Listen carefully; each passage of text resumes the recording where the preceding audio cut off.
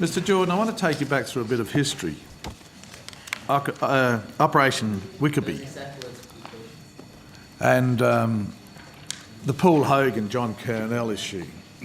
It's been a bit in the media of late from Andrew Robinson, who was a solicitor that represented Mr Hogan.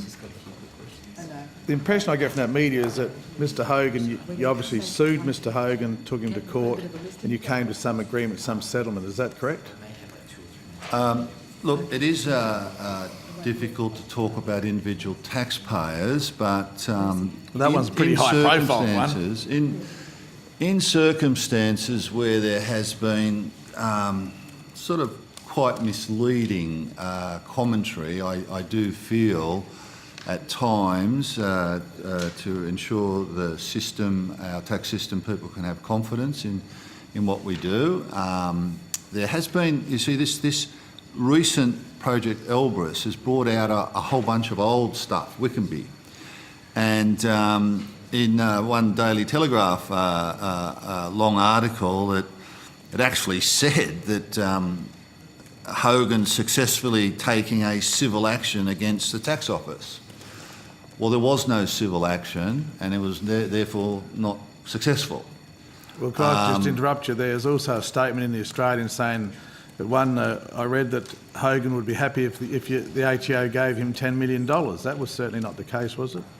I'm not aware of that. No. I am aware of, I think you mentioned Andrew Robinson, who the lawyer acting for Hogan, and I saw some things on Ross Greenwood show.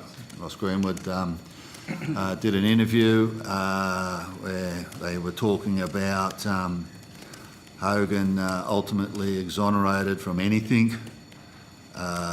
Robinson saying allegations of wrongdoing which simply weren't true and were found to be not true. So sometimes people make statements that don't quite match up to reality of the situation, even when they were involved in the sort of deed of settlement around the matter. So you've got papers saying a successful civil action when there wasn't any. You've got people saying that was proven to be not true. And even recently in the US, Hogan started an action to recover $30 million that was still held by Strachan's, which was the Swiss firm that started Wickerby, and obviously that was something of interest to us as well. So because someone doesn't go to court and get formally charged doesn't mean, I'm talking in a general sense, they haven't paid a substantial amount of tax to settle the matter. Okay, even if you had some confidential agreement, you're covered by parliamentary privilege here, I believe. That's true, Chair, isn't it? The witness is under parliamentary privilege, yes. And the settlement, did Hogan make payments to the ATO? Yes or no? Look, I mean,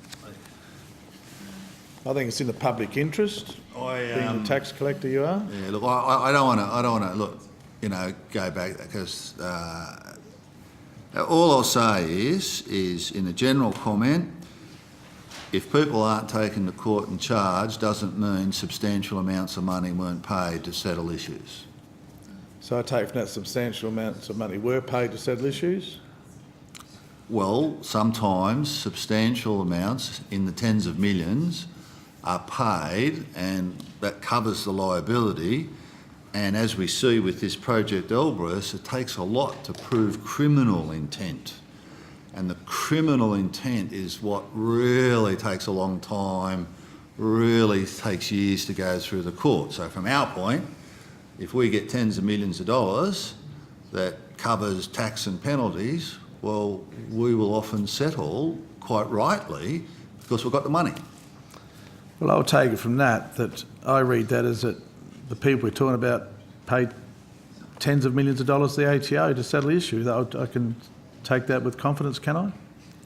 Well, at times, people, I can't talk about specific issues, but yes, if we get what we think is the tax due to us with penalties and interest, we'll settle it.